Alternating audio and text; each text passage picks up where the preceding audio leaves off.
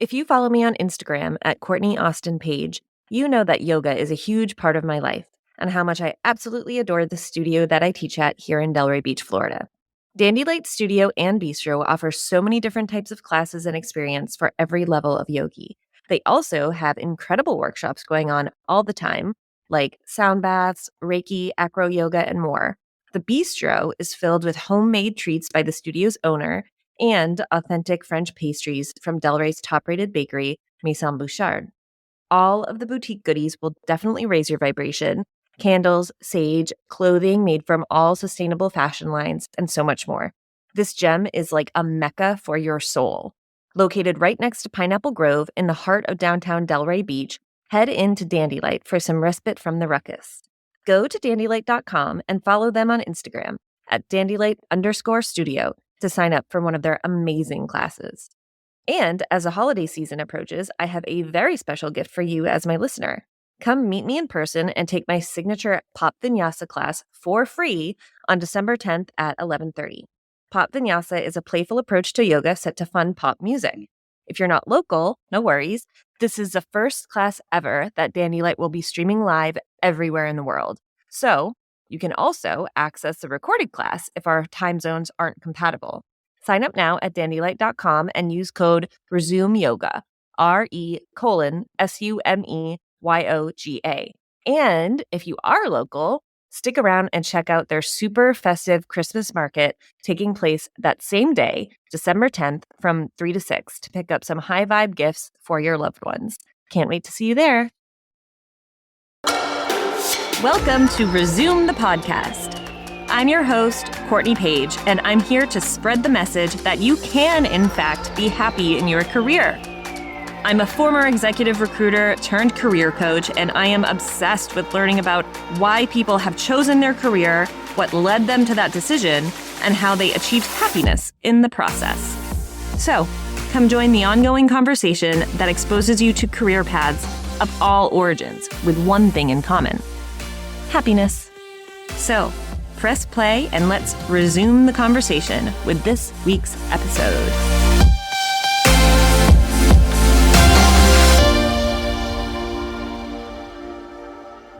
Our guest today is Bret Magpiong. Bret is a former C-suite executive where he accumulated a wealth of knowledge that he now applies to advising executives, entrepreneurs, professional athletes, and entertainers on growth, change, and enrichment of their personal and professional lives.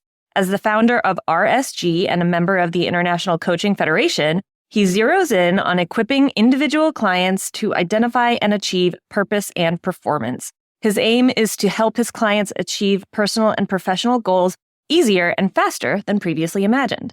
Many individuals and companies that he has advised have been recognized on the Forbes 400 and Fortune 500 listings, and his book, The Delta Theorem, an innovative framework for being fully alive and truly wealthy, stirs readers to chip away at their mental blocks. Bret, thank you so much for being here. It's great to have you allow me to be here and an honor to be here. Thank you. Yeah. I mean, just reading that you've done so much over your career, and I have so many questions for you, but I like to start off by asking everybody, if you were at a dinner party or if you are out with friends and you meet new people and they come up and ask you, what do? What would you say?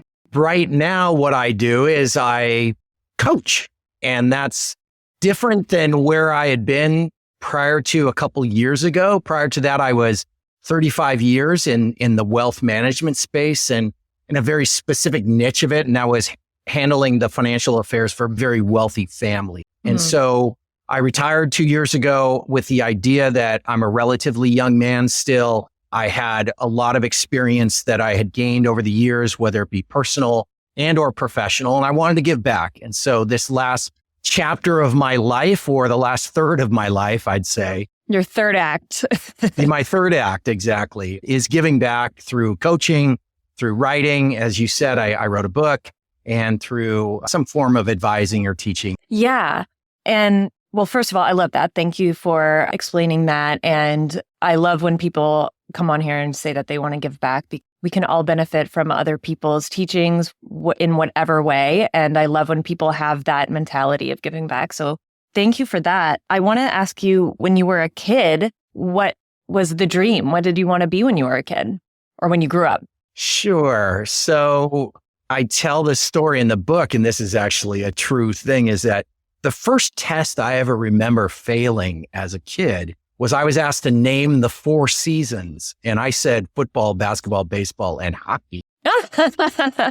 Those were the seasons. Those were the seasons. And when I got an F back on the paper or what have you, and it said, what about winter, spring, summer, or fall? And I said, I don't know what those are, right? Especially out here in Southern California, we have 2 seasons. So yeah. A little bit different, but it gives a little bit of indication as a kid and growing up, athletics and all that has to do with either team sports or individual sports were such a significant component of my having growing up. And I'd say probably as a kid, like every kid, had delusions of grandeur that at some point in time, maybe I would be able to be a professional athlete. That obviously changed very quickly when the wall of reality starts to kick in on realizing that you're not going to be a professional athlete. But that was probably what here's the thing about it, though, where it really kind of manifests itself later in life is that the whole notion of competition, and not from a cutthroat competition, but do you have what it takes competition, which athletics obviously brings out inside of you, was a significant component of why sports were such an important thing for me as a kid and kind of lead into the rest of my life, including up through today. Yeah. What sports did you play when you were a kid? Well, I played every sport but hockey because here in Southern California, we didn't really have hockey. And I won't tell you what my age is, but soccer was not really a big thing when I was growing up.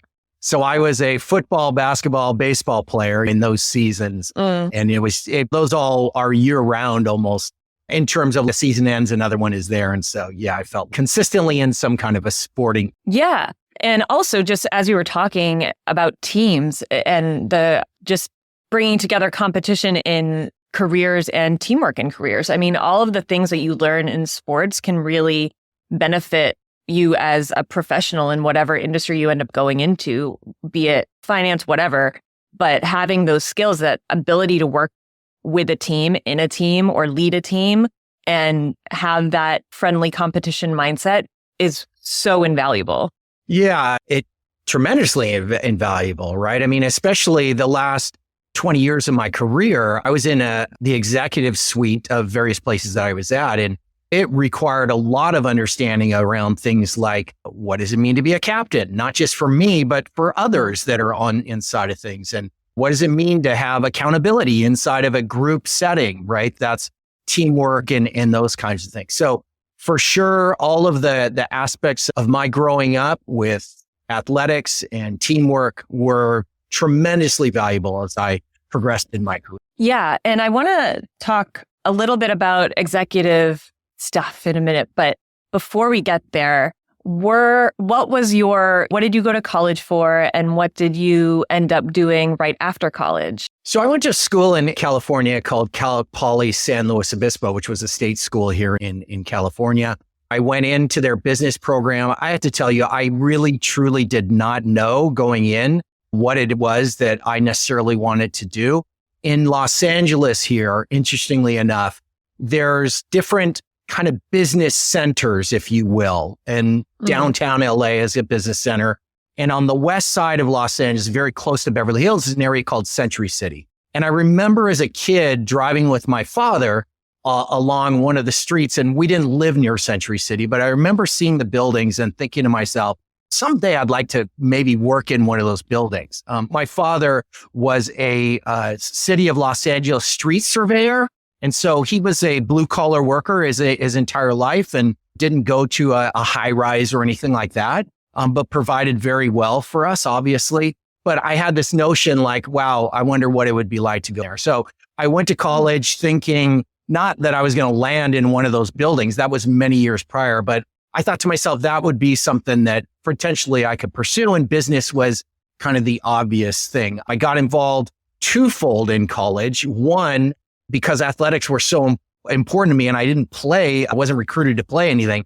I got involved with rugby on campus and was part of the rugby team. And so that component of my college teamwork, learning things new, disciplines around that was a component of my college life. And then I was involved with the business school and concentrated in accounting, and it ended up that I got recruited off of campus to go to work at Price Waterhouse, which was one of the largest public accounting firms at the time. An interesting story about that, if you don't mind me sharing, is that, again, I laugh about this notion of how important sports was in my life. And just to give you a mindset, when the on-campus recruiter came to Cal Poly and I had my interview, at the time, there were 8 large accounting firms and they were called the Big 8. And so now it's the Big 4, right? It's now the Big 4, exactly. Yeah. So the recruiter at the start of this says to me, tell me about the Big 8. And I looked at her and I was just dead serious. And I said, well, it's a football conference in the Midwest somewhere. I think it's the Big 8, right? She looked at me with this look that was, he's either really messing with me or he has no idea and he is actually authentic in like just being honest about stuff. Yeah. And I think she saw the look on my eyes of, wait, that's not what it is. And she had to explain registering exactly what the Big 8 was. And I like to think that actually answer probably landed me the job at Price Waterhouse more so than. Oh, we can mold him. He's a total fresh slate, right? Exactly. That's amazing. Exactly. Oh my God. Yeah. And that's a big job. That's a big job to get out of college. People like hope for that. So that's so funny. It was.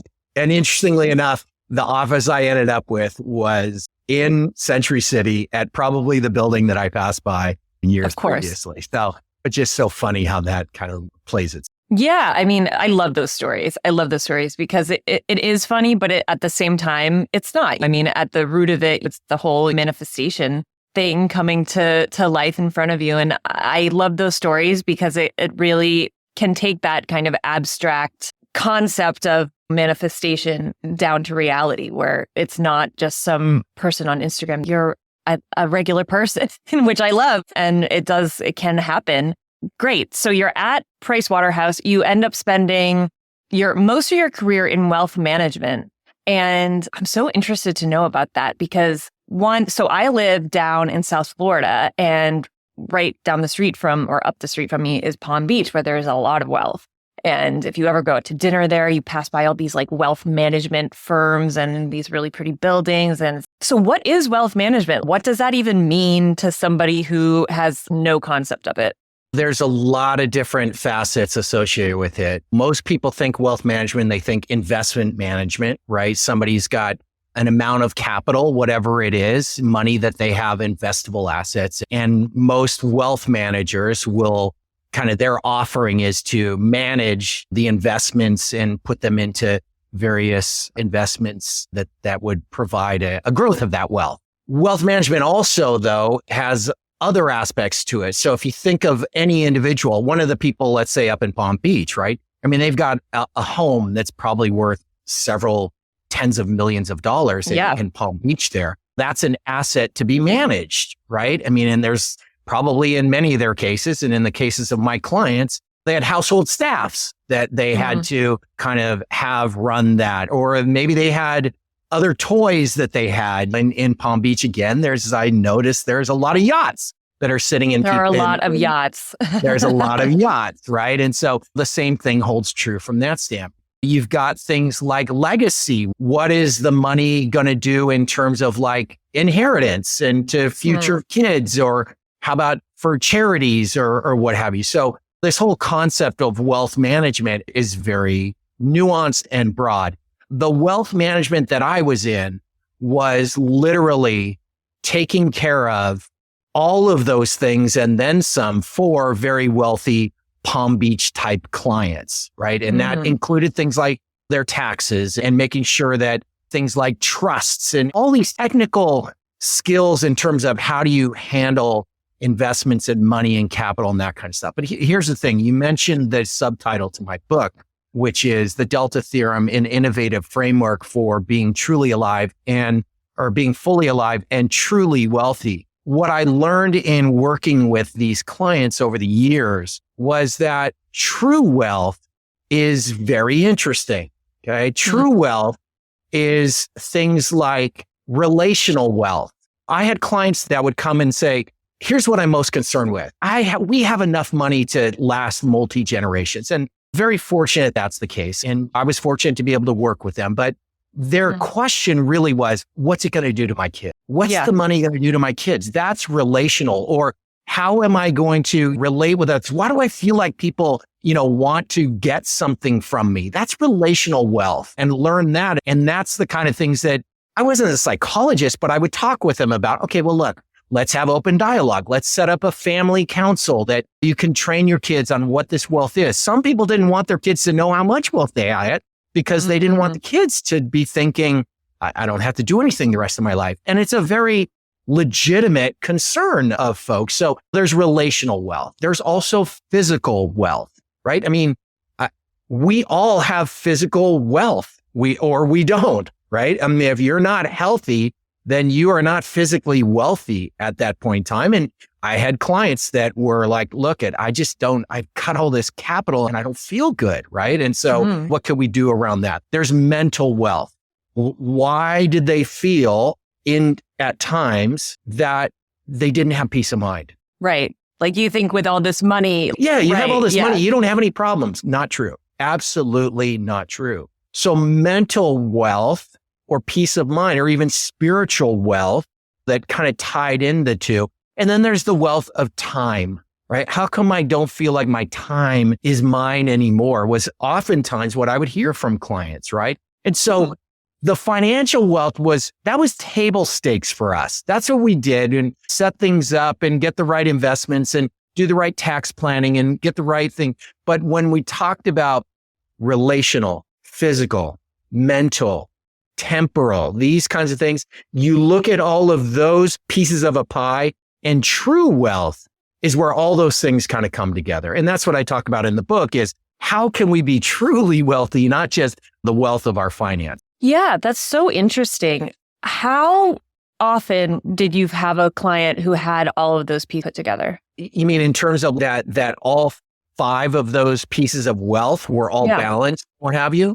That's not the way life works, right? I mean, so what I would say, the direct answer to your question is never, because things are always changing, right? I mean, but awareness of it was, I think, the critical thing. It's when things were out of balance that problems could arise. So for instance, if the balance was make as much money as you possibly can at the expense of a relationship with your kids, then that would inevitably come up, and we would figure out a way to, okay, wait a minute. Now you're in a position to let's make the wealth work with you and for you to have a relationship with your kid, right? And that can be everything from have a very special vacation that you're going with just this particular kid, or set aside some time to have your son come to the board meeting that you are the chair of and sit behind you very purposefully. And you tell him, just watch. Okay. And then afterwards, we'll talk about that later. Those are the kind of things where they were still making the money. They were still in their business, but they were using that platform to be able to touch on some of those other areas. Maybe it's charitable giving to have peace of mind around, hey, I'm not just making the money, but I'm giving back, those kinds of things. So life is lived in color. Nothing is in just a formula associated with things. But being aware of these things and being purposeful and intentional about some of these things was where I'd say the real value of someone like me to be a true wealth manager came into. Yeah. And the reason I asked that is because I think it's really easy for someone who is not in that ultra wealthy world to see these people living this extravagant, luxurious lifestyle and think that they do have everything, all of those pieces in place all of the time. So that's why I asked the question, because I think it's refreshing to know that it's never the case. Yeah. No. So that was the reason behind that question. What were some of the common patterns that you saw in those wealthy clients in terms of mindset or personality or even like their profession? If someone has this goal of they don't know what to do, they don't know what their career is going to look like, but they know that but their goal is to be super wealthy, or that's what they want to get to. Were there any kind of common personality traits that you saw or mindset traits that you saw over your years? Yes, but one successful person. Meaning, Okay. if you work with one family and you think you're going to work, all families are the same. They're not, right? You work with one successful person. It's kind of like they are very unique in and of themselves. I'll give you some generalizations in terms of what I found with some of the folks that I had. And remember or not remember, some of the folks earned the money. Some of the folks inherited the money. And it's very different in terms of that. Right.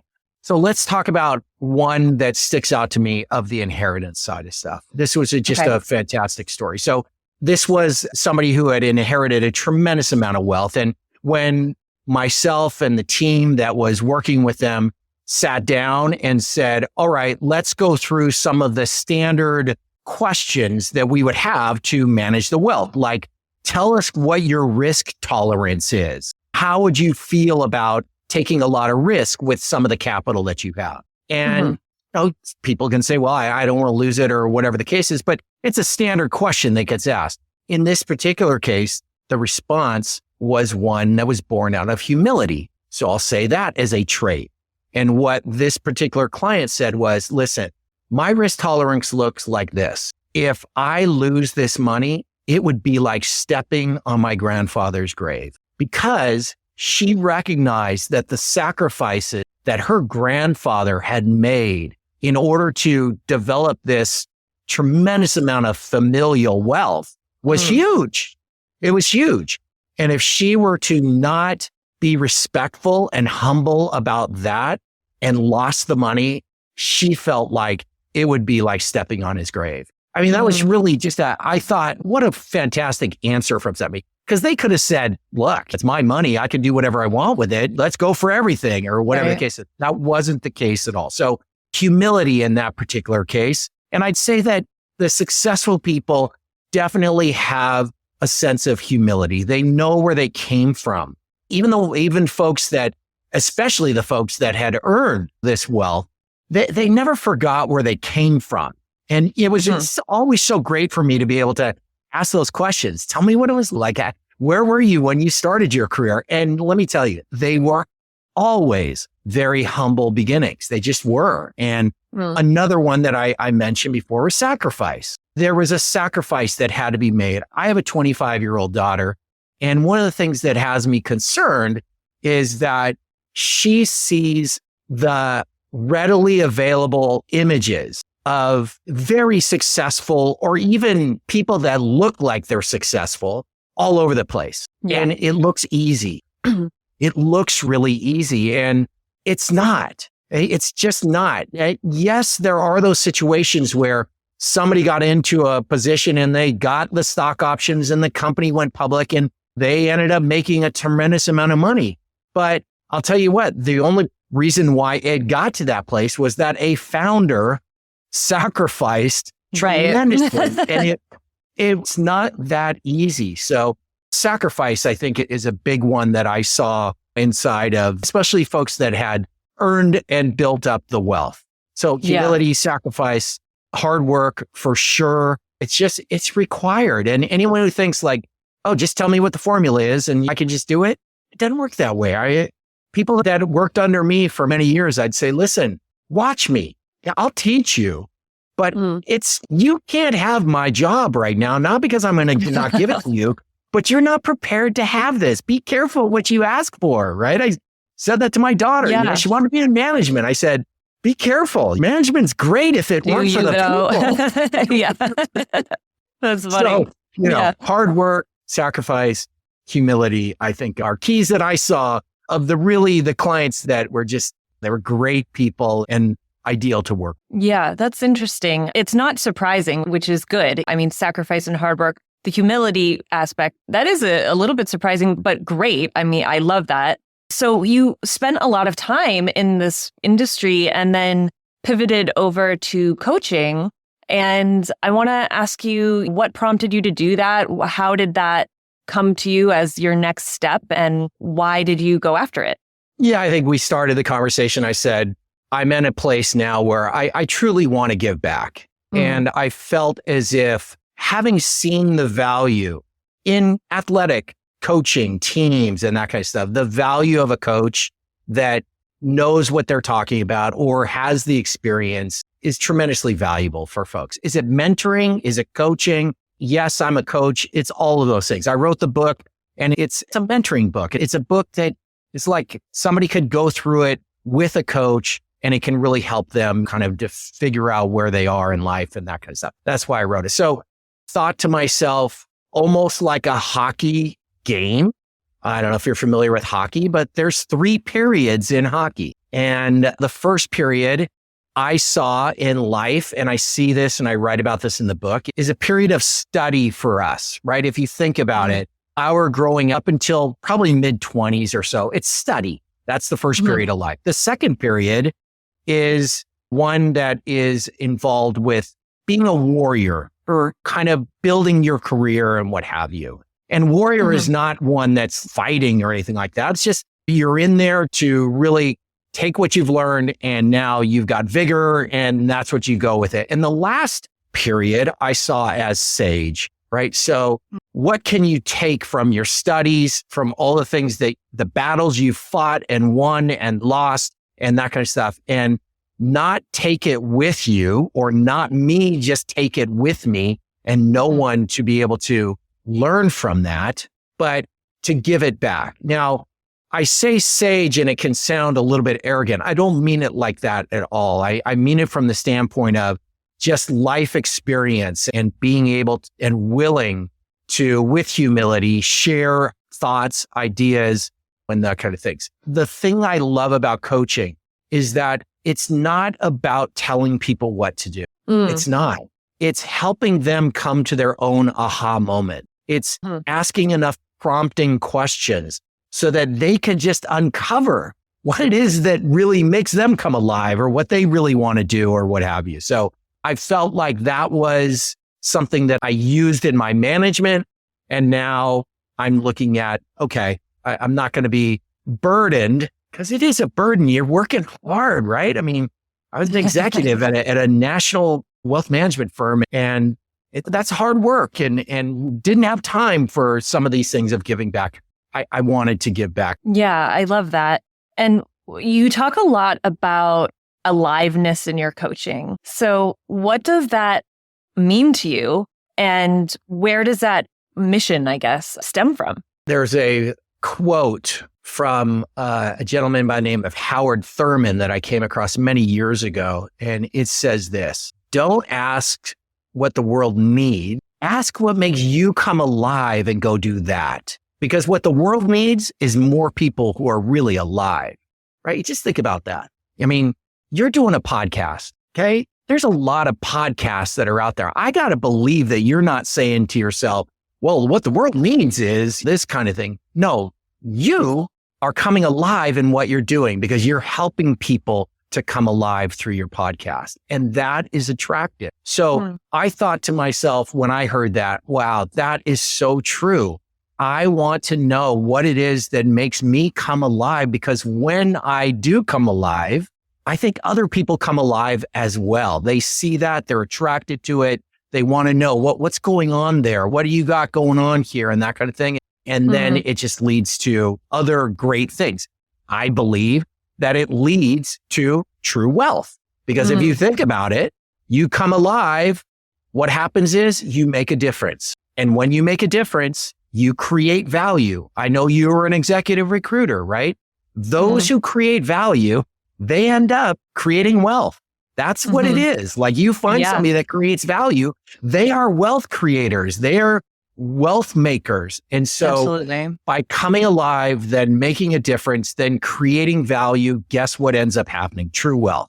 And it's not the financial wealth alone. It's physical, the mental, the emotional, the spiritual, the relational, and time. So that's why this is what it's all about. Came from my own life, came from looking at clients that were, it's interesting that we talked about how they have a tremendous amount of wealth. And yet many times they're like, is this it? Is this it? Is this it? There's got to be something more. And what I say is that when you are really alive in whatever you're doing and you just dig it, that is where that's the more, that's what it is. So that's what this is all about. I love that. And it is so true when you're around somebody who has that energy and they're just, like you said, they just are alive. It is so infectious and it kind of propels you to do the same and ends up creating this chain of effect almost, and the whole collective consciousness. I mean, we could go into that whole thing. But yeah, I love that. And something that you also talk about in your book, actually. So there were 4 things that when I was doing research, that you kind of laid out for your book. So discover and achieve what really matters, simplify decisions that seem complicated, take action on one's life's important facets, such as relationships, health, spirit, and time, and make your own unique difference in the world. So we've kind of talked about some of those things. The one that stood out to me was simplify decisions that seem complicated. And I want to ask you about that. So, because I think that is so universal and something that everybody has trouble with when they're faced with something that's super complicated, whatever it is. It's really hard to simplify a big life, complicated moment, problem, issue. Can you speak to that a little bit? Like, how do you mean simplify that decision? Yeah. So decisions usually are difficult because we don't know our why in the first place. And here's what I mean by that. If you know what you stand for, what your powerful why is, it makes decisions very simple. I mean, because then you can just kind of gauge and benchmark. Does this fit in with my why? If it doesn't, then move on. If it does, then pursue. That's what I mean by simplify. Here's the hard part. When I sit down with people and I say, tell me what your purpose is, invariably, or your powerful why, here's what I get. I have no idea. Yeah, I don't know. I think a lot of people don't know. It's too big of a question. Wow, I don't know what my powerful why is. And by the way, they'll say, if I tell you what it is, does that mean that it can never change? I don't have the option of it being something different somewhere down the road. And so the lack of really going there to try to figure out what your powerful why is has got these headwinds going against it. And that's all fine. But I don't start there, because if I start there, it's overwhelming. Where I do is I start with 3 other areas and talk about this in the book. Tell me what your priorities are. Well, I don't know. Are you married? Yes. Is that a priority? Yes. Do you have kids? Yes. Do you have a career? No. I mean, priorities are easier to kind of identify what's most important for in your life at that time. When I was younger, study was an important priority for me. Marriage wasn't. I mean, I was young, right? So it changes. Priorities can change over time. Okay. And that's important. That is important. I think a lot of people feel like they have to pick something, especially the way the system is set up. You pick a major and then you go out and you do that career. At least when I was in school and coming out of school, it felt very rigid and like you had to pick. And if you were to deviate from what it was very constraining almost to feel like you had to pick this big thing in your life and then you were stuck in it. And I loved that view of flexibility and the allowance of flexibility, because I think that alone offers up a lot of freedom and choice. And it definitely does, right? There are other things. So priorities is one, then principles, right? These are things that don't change, right? But these are these things that you take a stand on, whatever they are, right? And where they come from. A lot of them are learned from family systems. Some are religious systems. Some are cultural systems. But there are some things that are just like those things that are non-negotiables in your life, right? Totally. So here's an example for me, which is kind of interesting. And it comes from Justin Timberlake, of all people, because he has a song that says, sometimes the greatest way to say something is to say nothing at all. Right? That's a principle. That's a really kind of a good principle. I don't need to say something in every situation. Sometimes just keeping my mouth shut and not saying anything at all is the best thing to be said in that moment. Right? And so we get these things that are principles. And so if I work with a client and say, all right, let's find out what your principles are. Well, I don't know what they are. Oh, come on. Really? Tell me what you stand for. What are the things that are non-negotiables? I let my yes be yes and my no be no. My word is my bond. These kinds of things, which are very important to identify and just lay out there. Okay. So now you got priorities, you've got principles, and the last P is passion. Tell me that thing that you just love in a situation that you find yourself in. You feel like you need to step in and that kind of thing, right? Mm-hmm. This is a little bit of this flexibility that you were just talking about previously. Unfortunately, our universities say declare your major as a freshman, and your brain's not even developed at that point in time, right? I was just going to say that you're still a kid. Still a kid, right? But if somebody were to sit down with that freshman and say, tell me what your priorities are, tell me what your principles are, tell me what makes you really come alive with your passion, guess what starts to happen? What starts to happen is where those overlap, where they're congruent with each other, where your passion is not conflicting with your principles or your priorities are not conflicting with your passion or your principles, right in the middle is where powerful whys start to reveal themselves. And so I don't start clients with, tell me what your powerful why is. I start them with, let's go through your priorities, your principles, and your passion. And then maybe from there, you start to understand, oh, this is what my purpose and my powerful why is. And now decisions become much simpler as a result of having gone through this process of understanding that this is what I stand for. Why would you make a decision that goes against what you feel like your purpose is all about, right? I mean, it makes it very simple from that standpoint. And it could be everything from every decision, right? I mean, we're not talking about your mundane daily whatever things, but larger decisions like career path or mate that you maybe want to partner with or even be in business with, all these things. If you know what your powerful why is, it makes it very simple inside there. So that's what the Delta theorem really is all about, is identifying those things to help simplify these decisions, these life decisions that we all have to make. Yeah. And do you find in your coaching and with clients that people are either like more surprised by what their purpose or why ends up being or not? No, I don't. I don't think that they've really ever been challenged to be disciplined around identifying it. But again, remember I talked about coaching is about aha moment, right? I don't tell people, well, your priorities are off, right? No, these are their priorities, right?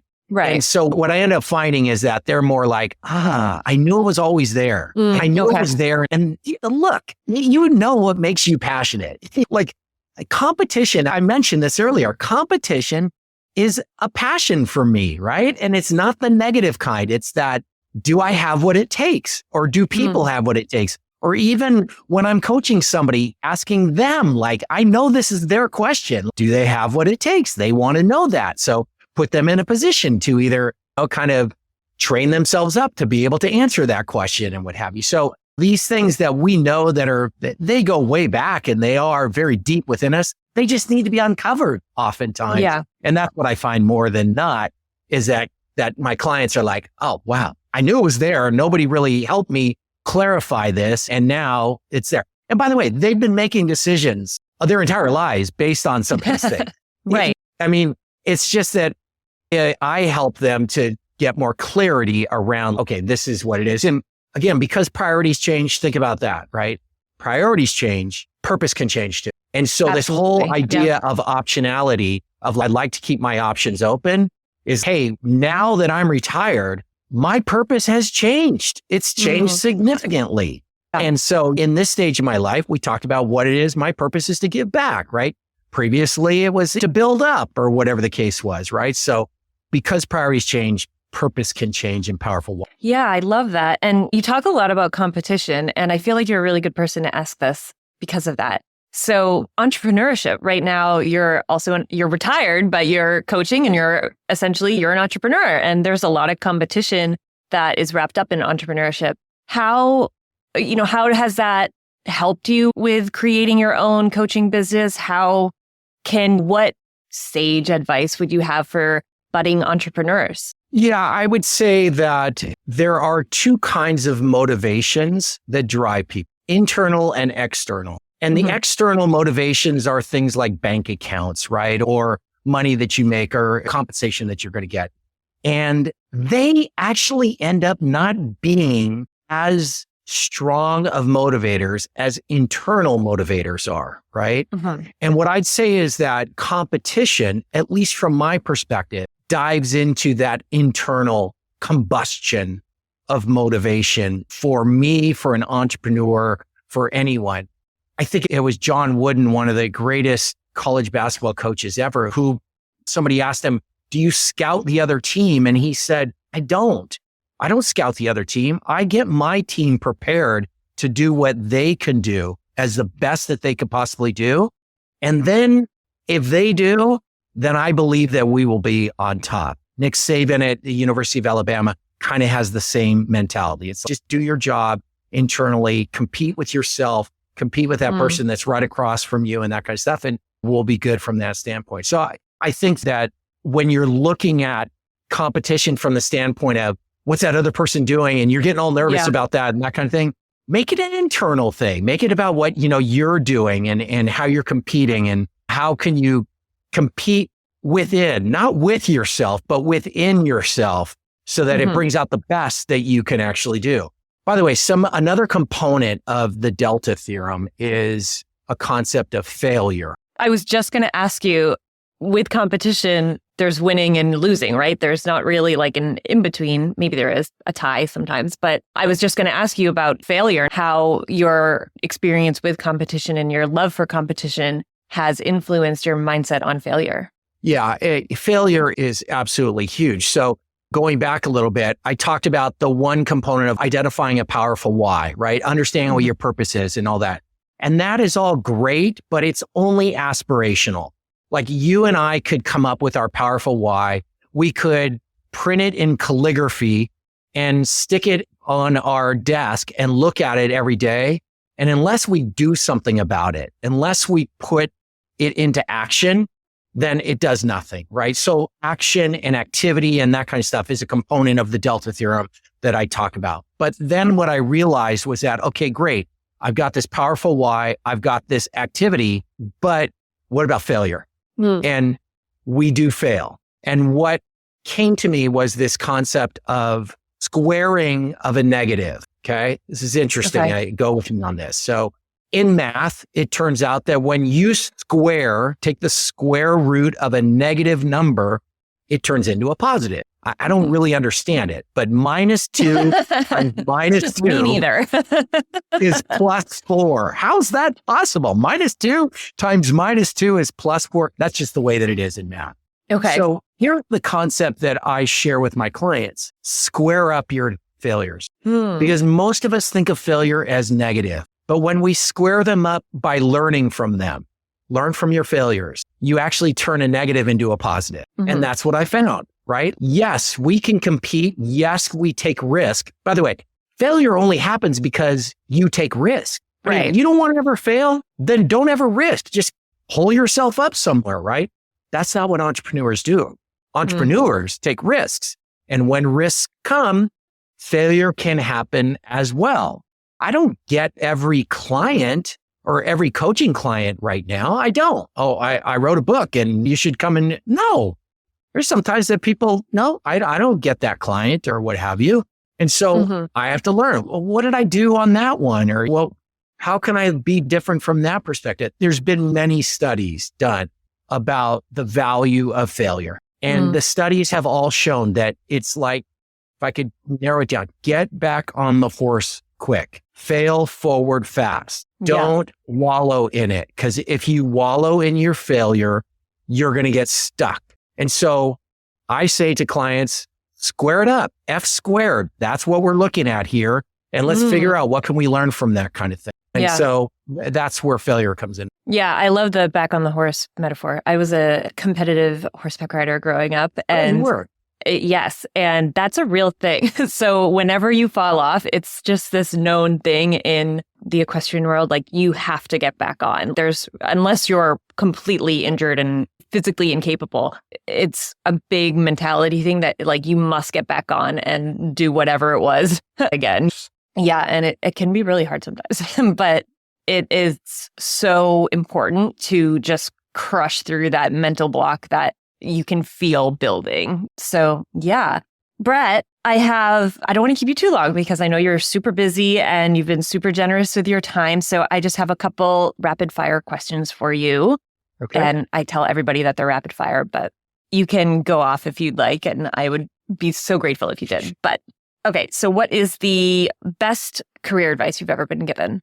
Best career advice I've ever been given. I think it's the quote that I quoted previously. Don't ask what the world needs. Ask what makes you come alive and do that. Because what the world needs is more people who are fully alive. That has driven my career. I want to bring aliveness to any situation that I'm in. And ultimately it has led to creating value and creating wealth. So yeah. And the worst career advice you've ever been at all? Yeah, I think it was less advice and it was more kind of the question.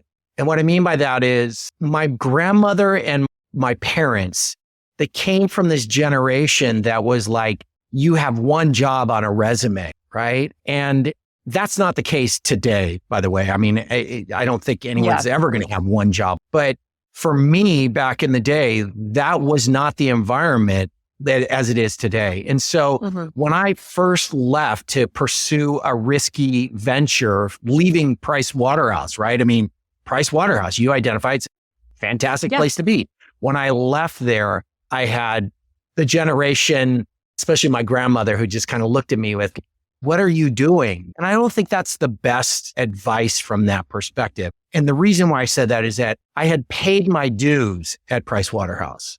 Okay. I had developed many years there and that kind of stuff. And there was a good opportunity for me to explore from that. And I was pursuing, instead of just like my pocketbook, which would have been great, I was pursuing what made me come alive. And so I think it was that stagnant, stay where you are, bird in hand. That's not the best advice that could be there. But look I have a daughter and she's eager to kind of move on in her career and that kind of stuff. And I am giving her that advice of, wait, just don't be so quick. It's not saying that you got to stay here forever, but don't be so quick that you thinking that moving right now is more than what this place is offering. That's true. So it's a fine balance between those. Yeah. And this is a total left turn, but I saw that you do Ironmans and marathons and SEAL training or some crazy thing, which now that I've talked to you is like not surprising given the whole competition sports thing. So what, if you had to pick, what is your favorite workout? Is it running? Is it like, how do you, I have so many questions around that, which is a totally different episode and has nothing to do with careers. But what prompted you to go on that route of all these crazy triathlon, SEAL trainings, and what was your favorite part of training for them, I guess is my question. Yeah. So, all right. This is going to be a little bit of explanation here inside. Okay. Not too long, but I recognized that I wanted to find out the question, do I have what it takes? Right? Do I have what it takes? That comes when you challenge yourself. Look, anything that's easy, you're fooling yourself. I found myself of saying, if I could just run a 5K and I could do that in my sleep, that's easy. But if I ran a marathon or did a crucible event, that's really kind of answering a question of, do I really have what it takes? And here's the deal behind it. It's never the event when it's one of these kind of crucible events. It's always the discipline and the training leading up to the event. The event is usually, if you show up to the event with no training, fail. But getting up at 4 a.m. on a Tuesday to do push-ups and pull-ups and sit-ups or whatever the case is, and thinking to myself, what am I doing? The rest of the world is asleep right now. I got to go to work and whatever the case is. I had to have a very powerful why.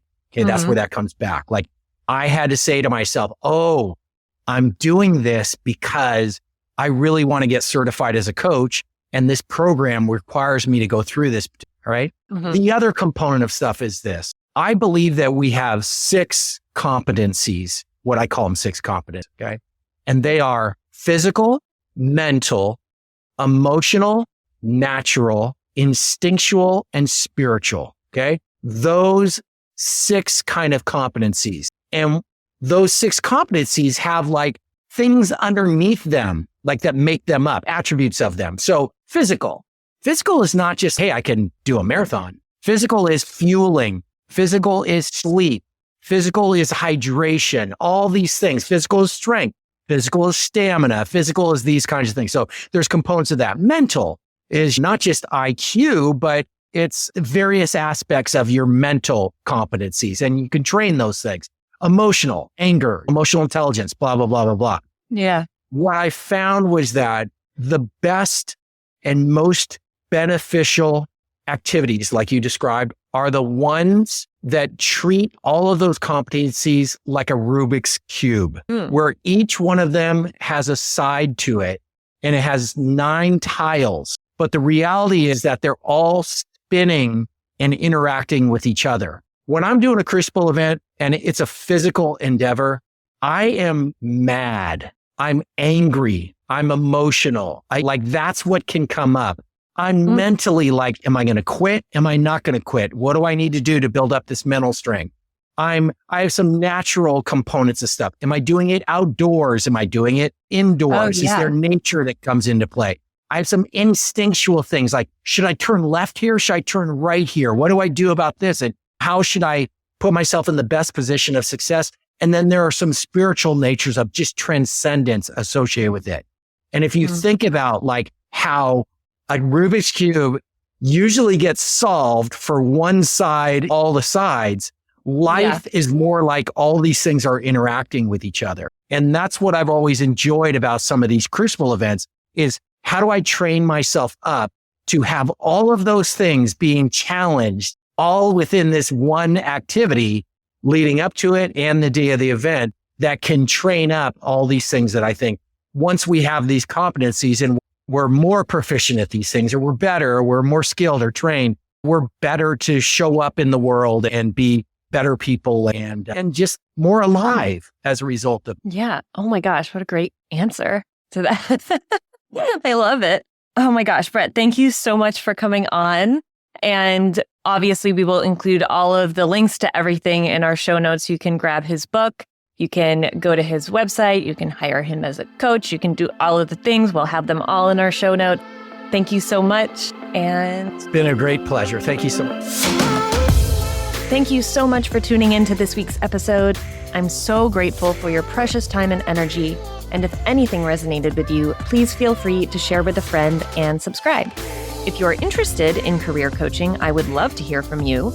Email me at Courtney@resume-careers.com and follow me on Instagram at Courtney Austin Page. Thank you so much and see you next week.